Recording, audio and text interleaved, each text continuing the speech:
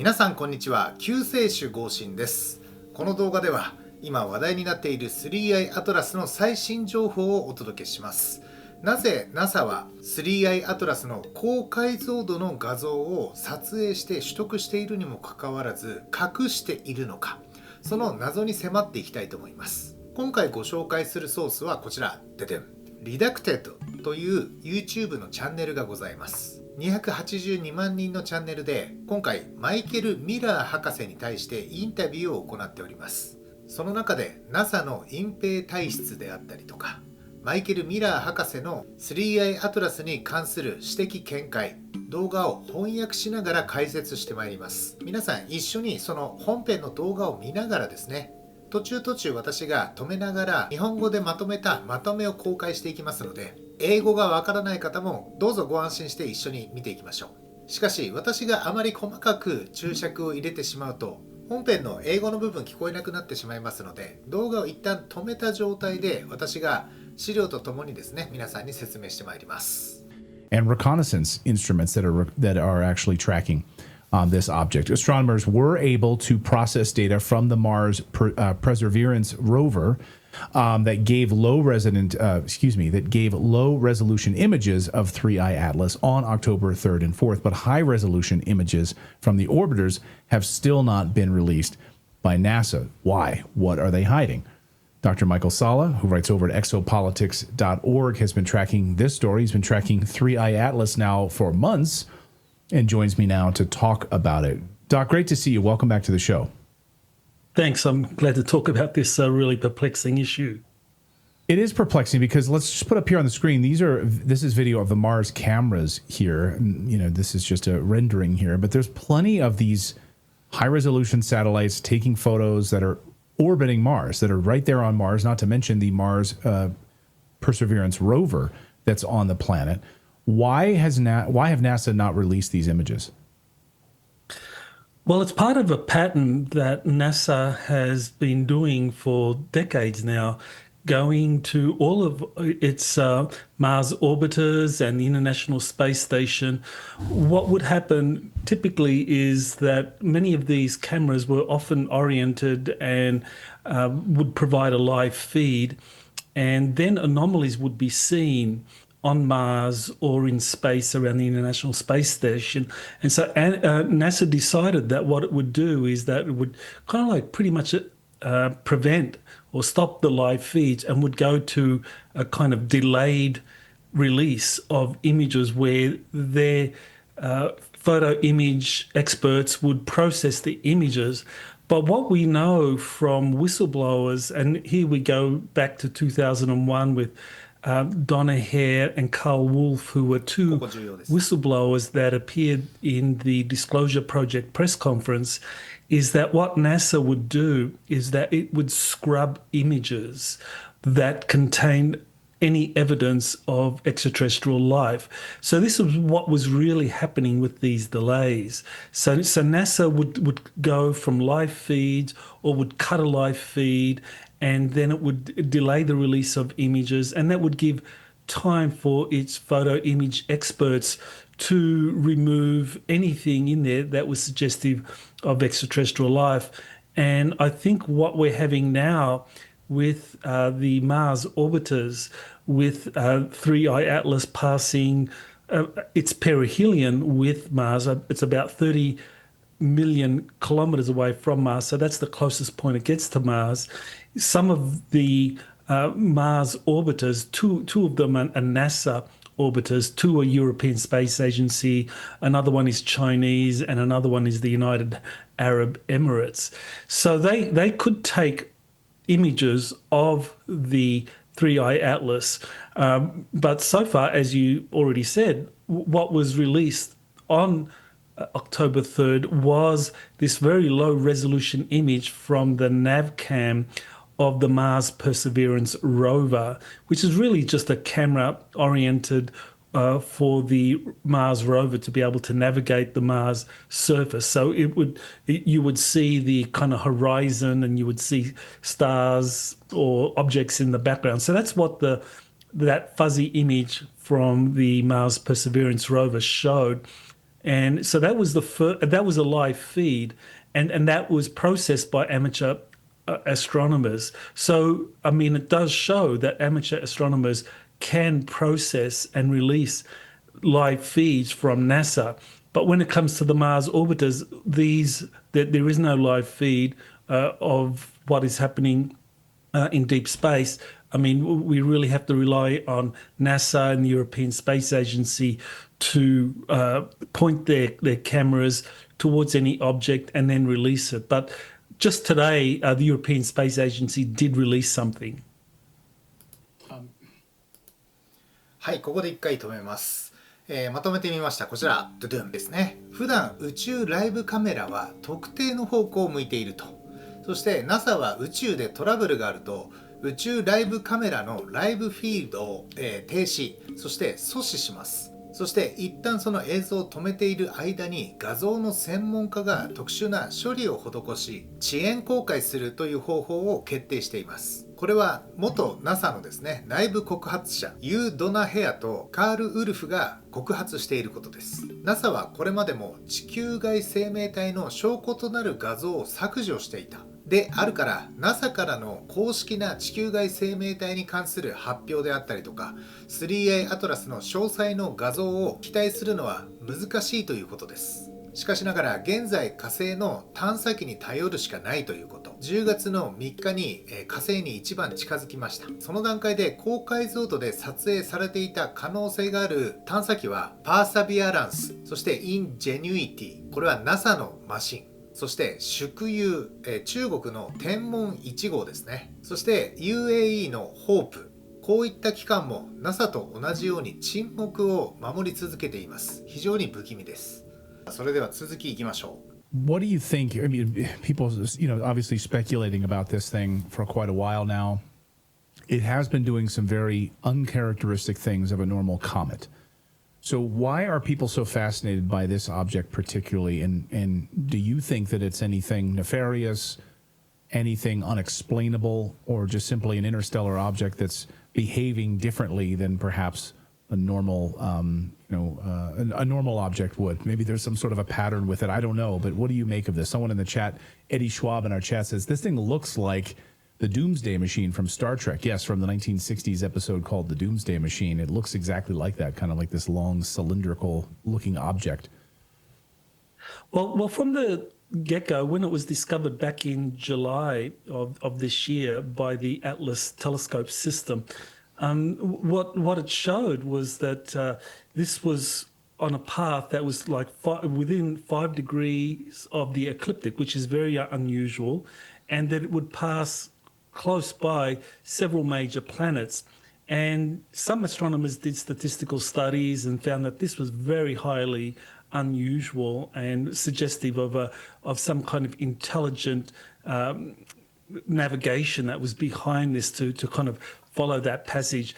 The lack of a tail is really the most kind of like startling aspect of 3i Atlas, that this is no comet. And this is something that you can see in the very latest, the most recent image that just came out today from the European Space Agency that shows, and I think I sent you a GIF file of 3i Atlas from the ExoMars European Space Agency orbiter that shows a kind of dot. But what's interesting is that there's no tail. And that's very important, because if this was a comet, right now, as 3i Atlas is approaching the sun, you would see a tail behind it as it's approaching the sun. But there's no tail, so that's suggestive of something other than a comet that has traveled from some interstellar region to here. And so this is where we get into a lot of speculation. I mean, many different sources are saying that this is an extraterrestrial spacecraft that is here to really kind of like raise the frequencies of the planet or of the solar system, and some say it's associated with white hats that want to kind of like break the disclosure secrecy. So, there's a lot of speculation about it, but still, the fact is that right now it's very close to Mars, relatively speaking, in astronomical terms, and that the images that are being released, I mean, NASA hasn't released anything yet due to the government shutdown, and that's another factor that people are pointing to, that this is more than coincidental, that just as 3I Atlas approaches Mars, gets to its perihelion, NASA goes into shutdown mode. Is that accident? Is that coincidental?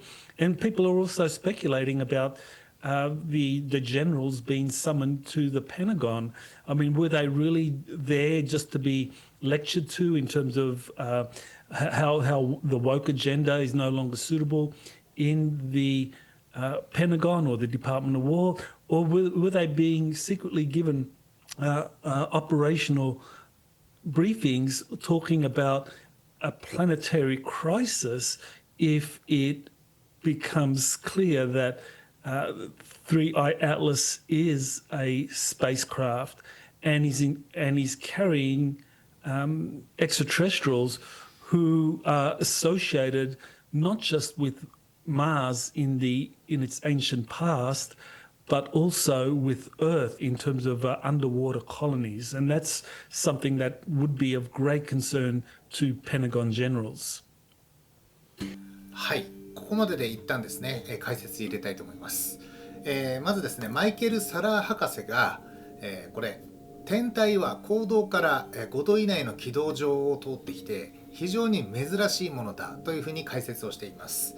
皆さん、光道という言葉聞いたことがありますでしょうか。黄色い道ですね。はい、チッチッチッポーン。なかなかね、小学校の頃にもしかしたら習っていたかもしれませんが忘れてますよね。これは我々地球上の観測点が一つあったとしましょう。皆さんがもう中心になってそこからこう空を見上げた時に太陽が基本的に東から西にこうーんってね昇ってって沈んでいくと思います。その、太陽がこう通る道筋ですね。地球から見てこう天球上に、太陽が通る道、地球中心で考えた場合ですね、それのこの道筋っていうのが光道というふうに言います。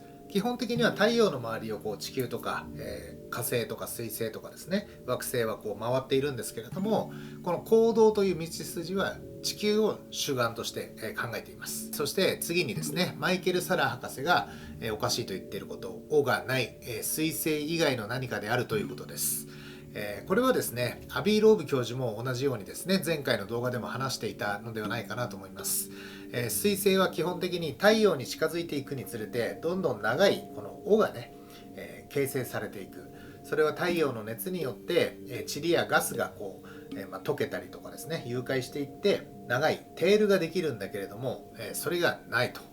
であるからこれは水星ではない可能性が示唆されるというふうに、話されています。さあそして、4点目ですね。火星に最も近づくタイミングで NASA がシャットダウンするのは単なる偶然以上のものだということです。前からですね、3ヶ月前から NASA がシャットダウンをすることは決まっていたというふうにですね、ネットの方では騒がれていますけれども、ではなぜアメリカのライバルの中国までもが黙っているのでしょうか。この NASA が沈黙しているタイミングで中国が最新情報をこう公開すればですね、米国よりも我々は力強いあるということで権威を主張することができるわけです。しかしそれをしないということも非常に怪しい。現在こういった公的機関からの画像が提出公開されないということは、6番目、真実を暴くのはアマチュア天文学者や観測者の仕事であるというふうに言われています。それでは続き見ていきましょう。Tracking the way that it's come in, it would just be nearly impossible. I mean, basically like fractions of a percentage point likelihood that this would ever happen to be going on this particular path, as you point out. And I mean, I guess the universe is vast enough that there's a chance, right? There's absolutely a chance. I mean, you know, people do win the lottery after all, you know, there is a chance, right? So I guess in that situation it could be. But also the other question is about NASA not releasing these photos is that, well, there's a government shutdown. So maybe all these guys are just off They're not making any money right now. They're just non-essential employees of the government. So they're just not interested in releasing any of these photos to us right now because they're at home. What do you make of that? Well, that's the explanation that we're getting from NASA, that it's really just a matter of the government shutdown, and that people that would be normally working on these images and then releasing them to the general public are essentially kind of like unemployed at the moment, or at least on furlough or something like that. But if you look at the entire history of 3I Atlas and the cursory way in which NASA has used its equipment to study 3I Atlas, you'll notice that, there's been a pattern of really ignoring it. All you have is there's one image from the Hubble telescope, there's one image from the James Webb Space Telescope. We know that the Juno mission, which is a NASA mission, which has been operating near Jupiter for well over a decade, which could have been used to photograph 3I Atlas as it approaches Jupiter, in December, that has been deactivated just before 3I Atlas arrives in the vicinity of Jupiter. And so you have to kind of like ask yourself, well, is that coincidental? You have a government shutdown 3 days before the 3I Atlas achieves perihelion with Mars, and then you have the Juno spacecraft, its cameras being turned off literally a week before 3I Atlas starts to appear in an area of the sky close to Jupiter. So you look at all of this, and I think the conclusion is that NASA is not really releasing its best images, or even making an effort to release its best imagery of 3I Atlas to the general public. That whatever imagery is being gained, the best imagery is definitely happening in classified programs, but NASA is doing very little to educate the public about 3I Atlas. So it's left to amateur astronomers and observers to kind of like really speculate as to what's really going on. You recall we talked about this, I think, months ago here on the show. Jeremy Corbell back in January is on camera talking about how they will push this idea of like a fake alien invasion on us, and they will talk about some large interstellar object that's coming towards us. That's the story that they're going to use to try to scare us. So turning off these cameras, NASA not releasing photos. Do you think it's all part of this game, or do you think it's a separate story that Jeremy might have been talking about? No, I think it is part of that preparation. It's really trying to get the public interested in 3I Atlas, but giving it very little information that could educate people about what's really going on. And then you have NASA astronomers, prominent astronomers, such as Dr. R.V. Loeb from Harvard. They're proposing this dark forest theory, which is the idea that interstellar space is very dangerous, and that any alien civilization that would send probes here would do so on the assumption that it's entering a hostile environment, and so it would be prepared to act in a hostile way to defend itself or deal with that environment. And so I think we do get to this kind of possibility that people have been talking about for decades now, which is the false flag alien invasion. ちょっとここで止めましょうか。はい、こちらのフリップご覧ください。ダークフォレスト理論ですね。これ先ほど動画の方でアビー・ローブ教授なども提唱している理論だということで話しています。